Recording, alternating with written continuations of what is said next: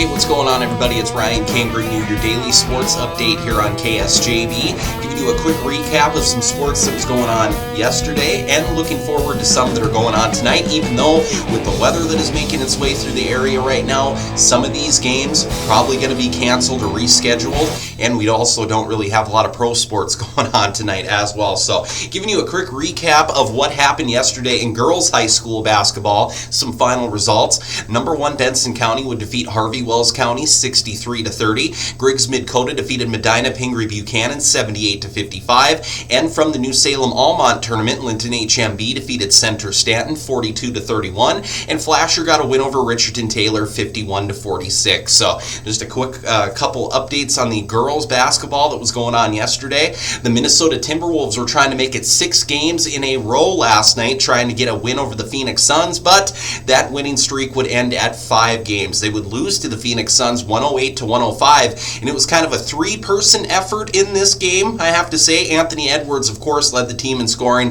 with 40 points. Julius Randle added 21 points, and Rudy Gobert added 15. So right there we had Edwards with 40, Randall with 21, and Rudy Gobert with 15. That's pretty good right there. So you would think if we had a couple of more points scored, they probably would have won this game, but the rest of the team would combine for 29 points in total. So that's just not going to get it done. So the Wolves would drop to 15-9 after this loss, and they will have a interesting matchup coming up on Friday night, taking on the Golden State Warriors. So we'll see how they do there.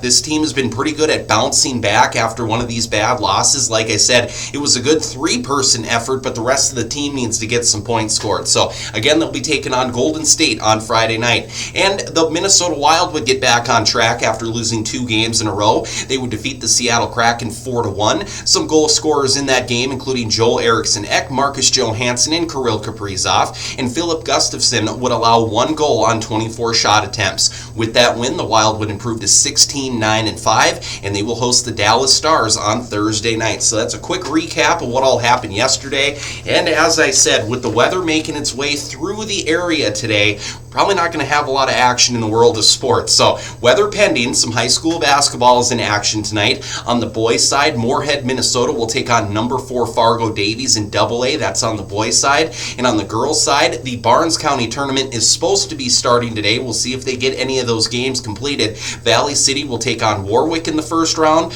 Northern Cass versus Wyndmere Lidgerwood. Lemoore Litchville Marion will take on South Border, and Maple River will take on Enderlin. So that is your Barnes County tournament first round. As I said, with the weather, we'll see how many of those games get completed.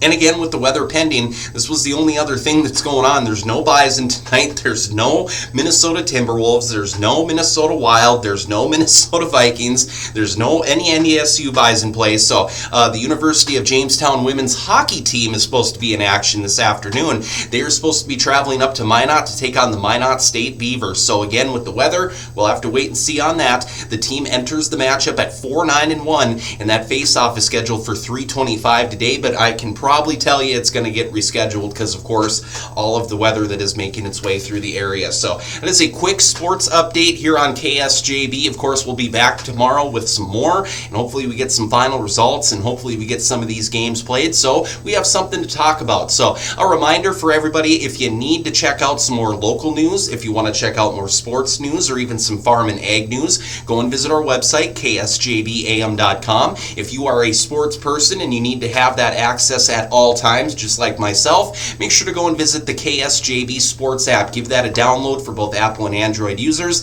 It's all of our sports coverage all in one place. This has been Ryan King with your daily sports update on KSJB.